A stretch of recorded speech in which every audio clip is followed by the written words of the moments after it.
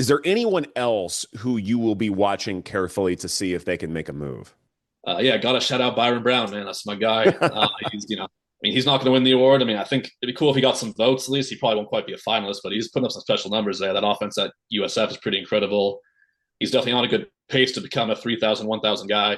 3,000 passing yards, 1,000 rushing yards, and if he does that, that's pretty rare territory. That's see some elite names. Deshaun Watson, Johnny Manziel, Vince Young, Jalen Hurts, Kyler Murray, Jaden Daniels. Like those are the kind of guys who put those numbers up at the FBS level. And I know USF's in the AAC, not necessarily one of the power conferences, and they're out of the playoff race realistically, which hurts his candidacy. But he's really doing some special things. He's fun to watch. Um, I don't know if he's going to go declare this year or if he'll transfer somewhere else or he'll stick it out one more year at USF because he's got another year of eligibility. But he's fun to watch, man. Those design runs, he just doesn't go down. I think he's a better passer than people give him credit for, too. So I'd love to see him get a little bit of love. Again, he's not going to win the award, but he gets a few, for the fifth place votes. That'd be fun to see because he's really balling out and maybe does get the attention that some of these power conference guys are getting.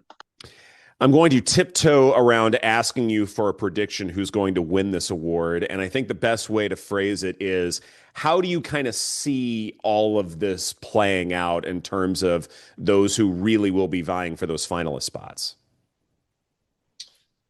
I mean, ultimately, I think the Vegas odds are what they are for a reason. Like, it feels like it's going to likely be Sagan or Mendoza, and likely whoever wins that game if they do play each other. But no, it's a good group. And I think a lot of quarterbacks putting up some pretty incredible numbers. All these guys throwing for nearly 10 yards per attempt, completing 70+% of their passes.